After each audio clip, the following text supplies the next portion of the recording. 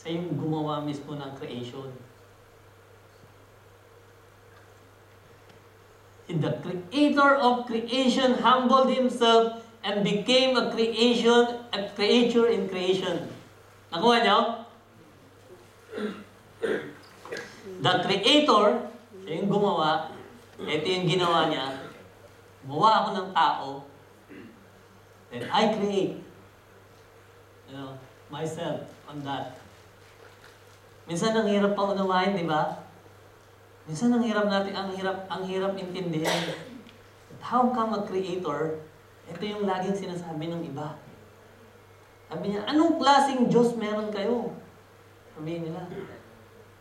Sabi niya, ikaw nang gumawa sa mga tao. Sabi niya, sasabihin ng iba ng mga skeptics, ikaw ang gumawa sa mga tao, hahayaan mo na ipako ka nila sa krus? Diba? Why would you allow yourself to hang on the cross and people insult on you if you are God? Diba? Because God is powerful. Diba? If you are really powerful, why you are demonstrating a complete opposite of who God is? Diba? Laging sinasabi ng ibang skeptics, believe it or not, pag meron kayong nakausap na ganon, they always tell you na hindi talaga siya namatay sa krus. Hindi siya namatay. Sabihin nila, hindi namatay sa krus yan. Pinalabas niya lang na namatay siya. Kasi nga Diyos siya. Bakit papayagan niya na ang mga ginawa niya, ahamakin siya? Diba? It's a conflicting statement, when you see Jesus Christ, pag nakita mo ang Panginoon sa krus, ano yung nakikita mo?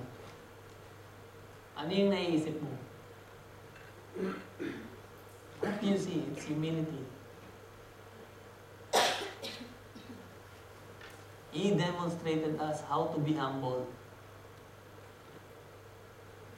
You see suffering, see pain, see abandonment. Diba? We see abandonment. Yun yung nakikita natin, diba? Feel pity. Sino sa inyo nakapanood ng Passion of Christ? Diba lahat tayo napanood na natin yun? The moment na pagkatapos mo napanood yun, ang nararamdaman mo, nalulungkot ka, diba? Kasi ang unfair. So unfair. Wala naman siyang kasalanan. Bakit ipapako siya? Bakit pinagkaisahan siya? Because that was God was meant to be. And Jesus Christ knew that. Diba? Kaya nga nung sinasabi niyang magsasuffer siya sa cross, kay Peter, anong sabi ni Peter? Never. Never. Diba? Sabi ni Peter sa kanya, never. Never. Hindi pwedeng mangyari sa iyo yan. Anong sinabi ni Jesus Christ? Get behind me, Satan. Diba? You are minding the world,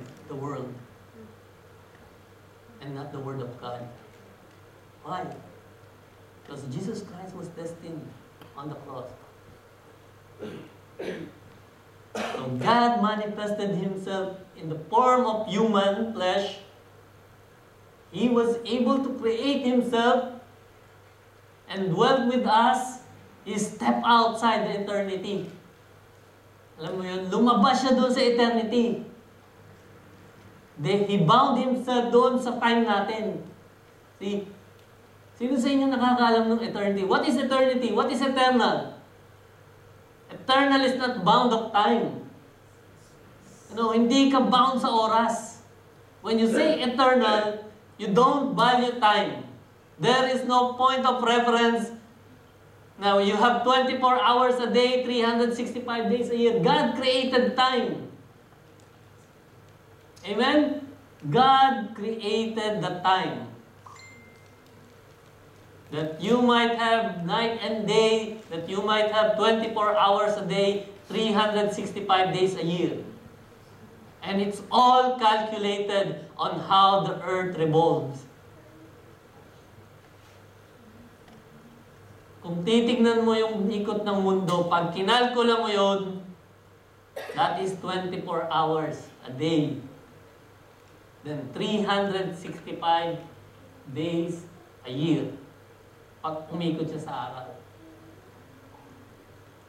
Di ba pinag-aralan naman natin to sa science? Di ba? So, He is the master of creation. He is the maker of creation and He is the master of creation. Not only did He make this universe, but He is the power that holds it all together.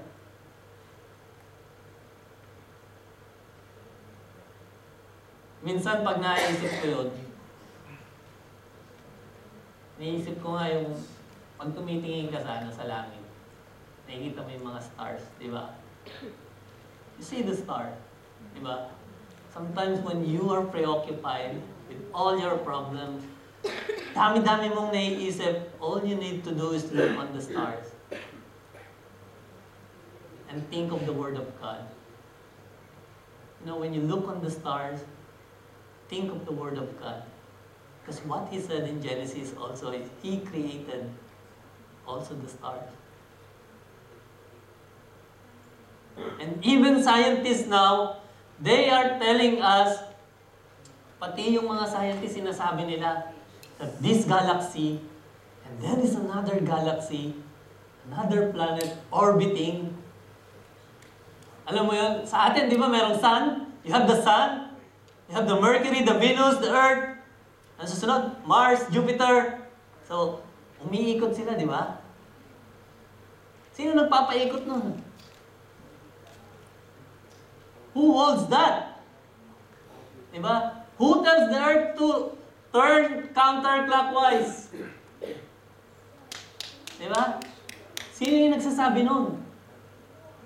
So, scientists always trying to debunk God. They are telling us, you know, pag nag-research kayo about the universe, they are telling you that it's because of the Big Bang. Diba? Diba? If you study science, kung napag-aralan nyo yung science nung elementary kayo, anong tinuturo nila? It's all because of the Big Bang. Diba? Nag-collide sila, umikot sila, nabuo yung sun. May gas, may particles, kaya nga doon galing ang atom. Diba? Doon nang galing ang atom. Doon nila nasabi na atom. But they cannot explain the human DNA. Na-identify nila ang DNA. Pero hindi nila masabi saan nang galing ang DNA. So scientists is trying to solve this problem. Saan galing ang DNA? So maybe in the future, malalaman nila na sa Diyos talaga galing yun. Amen? Because He is the master of creation. He created everything.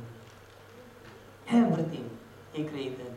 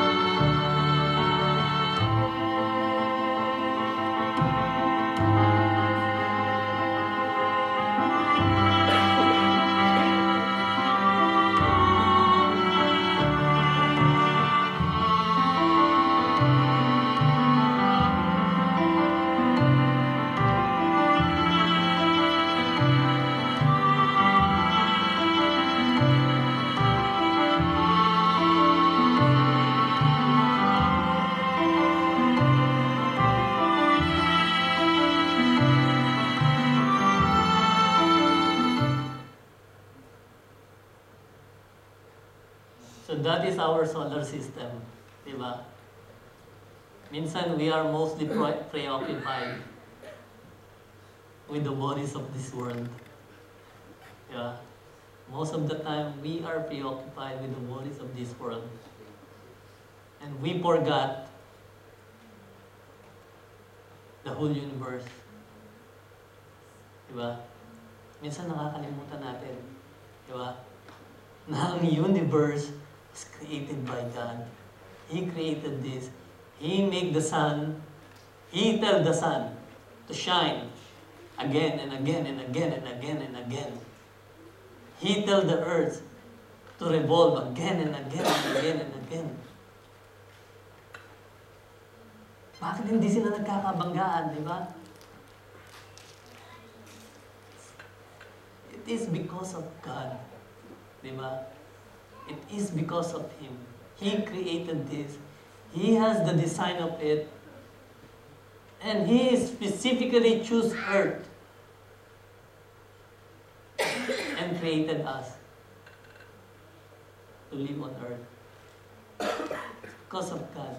So if you are preoccupied with your worries of this world, with your own personal life, look at the stars and think of the Word of God. That there are many more problems, di ba? Na hindi mo alam. That's why when Job questioned God, di ba? Nung madami-dami niyang problema, anong sabi ng Panginoon? Tinanong lang siya ng back-to-back, 64 questions back-to-back. Where were you in the beginning of this world? Di ba? Nasaan ka nung sinabi ko na tumigil tong hangin na to, tumigil tong araw na to? Nasaan ka? Nasaan ka nung ginawa ko to? Ang sabi ni Job, wala nga akong alam.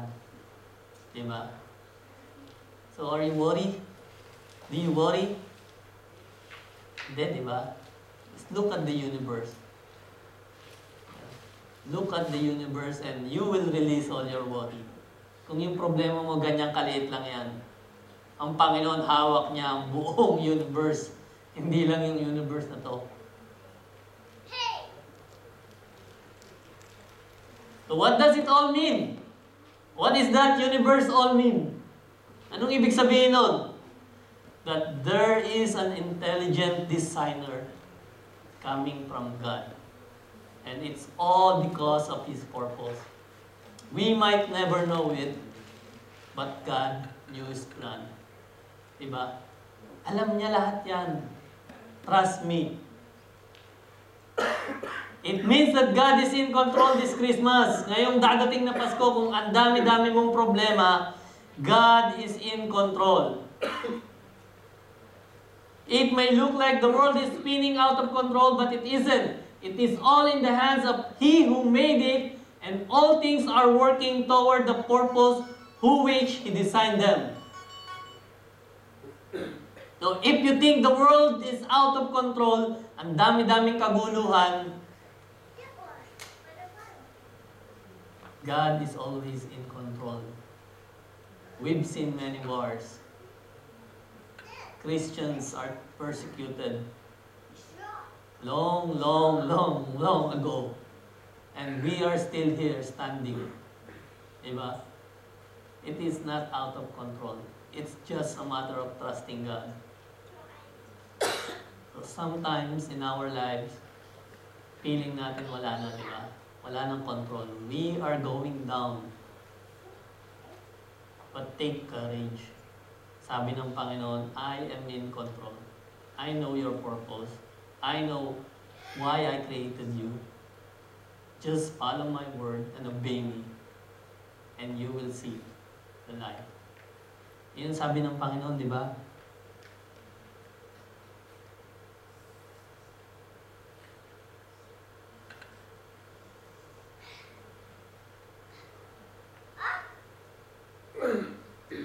Number 3, consider the purpose of Christmas. Number 1, ano? Consider the person. Number 2, consider the power. Number 3, purpose. Person, power, purpose. Tatlo lang, mga kapatid. Consider the purpose of Christmas. Ano ba talaga yung purpose niya? Diba? Why did God has to dwell with creation and eventually die? Diba? Bakit kailangan mo pang gawin yun? Diba? Kung minsan, diba, nagre-reason out kayo, Lord, bakit kailangan mo pang gawin na pumunta ka dito, ipakong ka sa krus? Just to save us. Diba? Diba? Just to save us. You can just say, okay, I will save you. Diba? And then again, hindi na, minsan naisip ko yun bakit kailangan mo pang gawin to? Ganito, ganyan, ganyan, ganyan.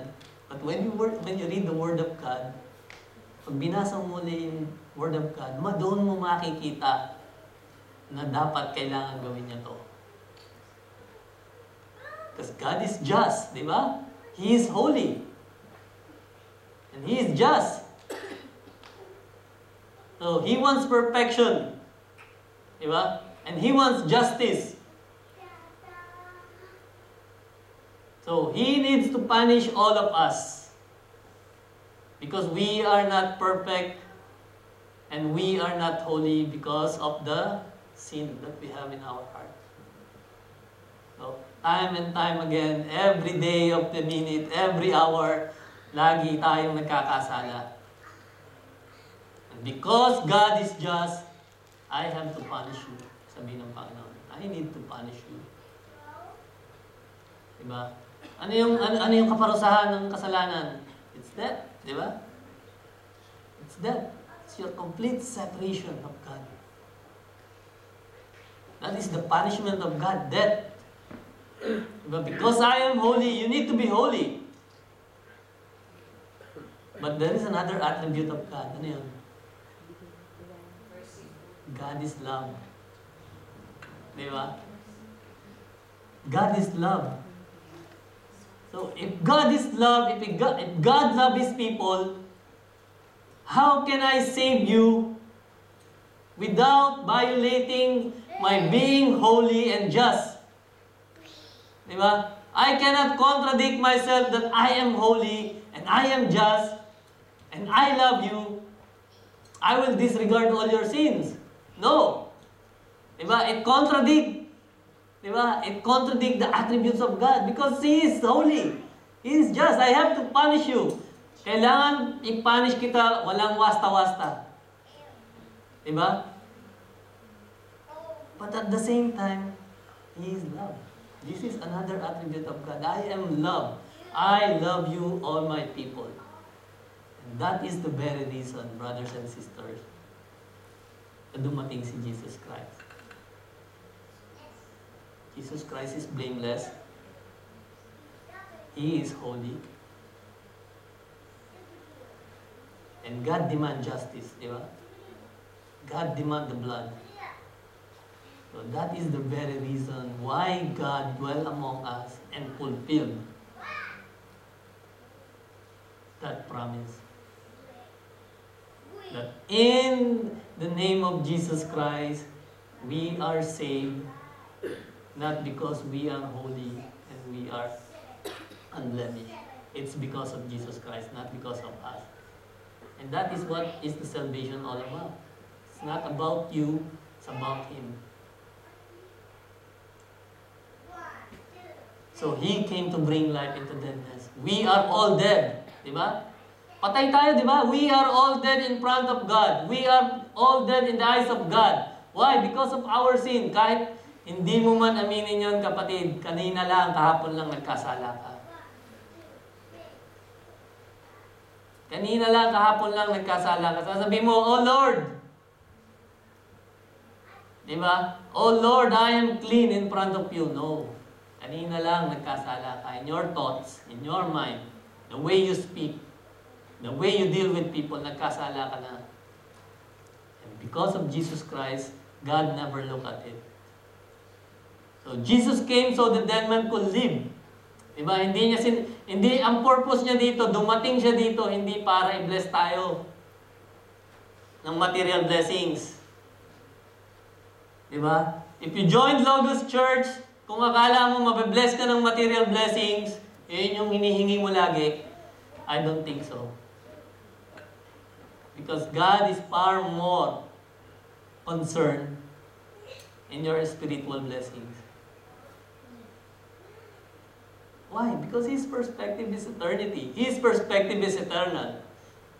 And that is the perspective of God. That's the way how God look at us. And all the material blessings are all secondary. See, we are more. He is more concerned on your soul. And the question is, did you really accept Jesus Christ? Or you are just coming here just because of material blessings? You are praying to God, God, deliver me this blessing. Or nandito ka lang dahil gusto mo ng mga kaibigan. Diba? Wala kang tropa sa labas. Diba? So pumunta ka dito, nakitropa ka, nakita mo ang ganda ng samahan nila. So okay lang. Dito na lang ako, diba? Ang bait ng pastor. Diba? Hinusundo kami, hinahatid kami. Diba? Ang bait ng mga tao. Diba? So akala mo okay na yun, diba? Makitropa-tropa ka. No, my friend. It's a wrong perspective, diba? When I joined Logos, it's not because of the people. It's not just because of the people. It's because of your conviction, diba? If you are really convicted to follow Jesus Christ, if you are really convicted to know more of Him, so it's not because of the people around you. Because if you are trying to join because of some people around you, pag nawala yan, nakaaway mo, wala ka na dito. Lilipat ka na sa iba. Mawawala ka na. And that is the very reason why some of us here are still here. Di ba? Why? Hindi lang dahil sa mga taong kasama natin. Di ba? Mawawala at mawawala yung ibang kasama natin, but we will stay here because of who? Because of Jesus Christ, not because of other people around us. Amen. Di ba? Amen. So some of you will see, wala na dito. May nakaaway sila, may nakagalit, umalis. Diba? It's our conviction. Diba? It's our conviction that regardless of what is happening dito sa paligid natin, even inside the church, we will stay firm. Diba? Andito pa rin tayo. Hindi tayo mawawala. Kasi ang ating sandigan yung Panginoon. Diba? Iyon yung pinaghuhugutan natin. Amen? So I encourage everyone to put your foundation to Jesus Christ. Especially the new one. Especially the new one. If you think that this is just, alam niyo yung barkadahan lang, no way. If this is just barkadahan lang, then I will not just stay here. Why I will stay here? Ang dami kong tropa sa labas. Diba? I have a lot of friends outside. So why I have to stay in this church? Dahil gusto ko lang tumugtog? Yung iba, gusto mo lang tumugtog or gusto mo lang kumanta? No. It's our personal conviction, brothers and sisters. It's your personal conviction. You may not understand that, but I know God know what is your purpose.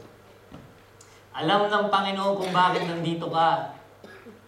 Alam na alam ng Panginoon yan. Alam na alam ng Panginoon kung bakit nag-i-stay ka dito. Or kung ano talaga ang purpose kung bakit nandito ka. Pilit mo mang idinayan, kapatid, lalabas at lalabas yan. It's either God will put you here or He will kick you out. Diba? It's either God will let you stick here or sisipain ka niya palabas. Sabihin ng Panginoon, iniistorbo mo yung mga anak ko dito. So He came to bring light into darkness. I am the light of the world. He that followed me shall not walk in darkness, but shall have the light of life. He is the light of the world. When everyone 2,000 years ago is looking for the Messiah, Jesus Christ came. He is the light of the world. Nagbubuluhan ka sa buhay mo, ang dilim ng buhay mo, go to Jesus Christ. Kung di ka makapaglakad sa dilim, take Jesus Christ with you. And He will show you where is the light. Hold into that light. Pumasok ka man sa dilim, alam mo yung dinadaanan mo. And you will never be afraid. Amen? Diba? Pag walang ilaw, diba? Anong ginagawa nyo? Use your light. Diba? That is Jesus Christ. In the darkest season of your life, take His light. And He will guide you. Malalagpasan mo yung kapatid. Ano man yung pinagdadaanan mo ngayon, malalagpasan mo yun.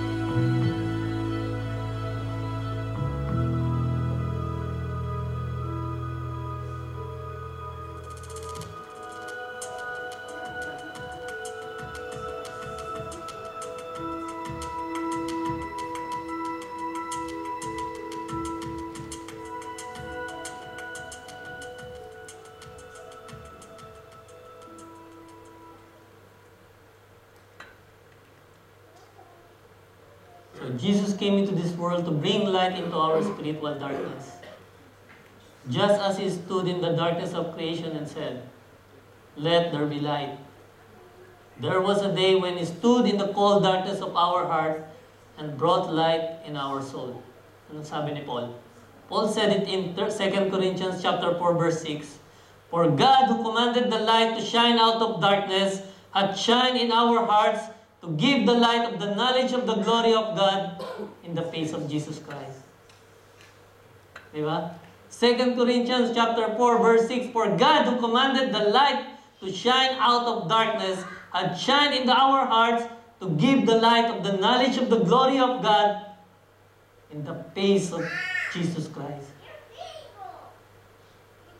When you see Jesus Christ, you always see the glory of God. Because of Jesus Christ, God was glorified. Binago niya yung anong tawag doon? Status quo 2,000 years ago. He changed the balance 2,000 years ago. Now man can say, I am saved.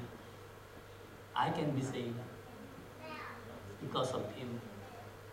So every time I'm standing here, I always try to make it sure that I will preach the gospel. I always ask God to please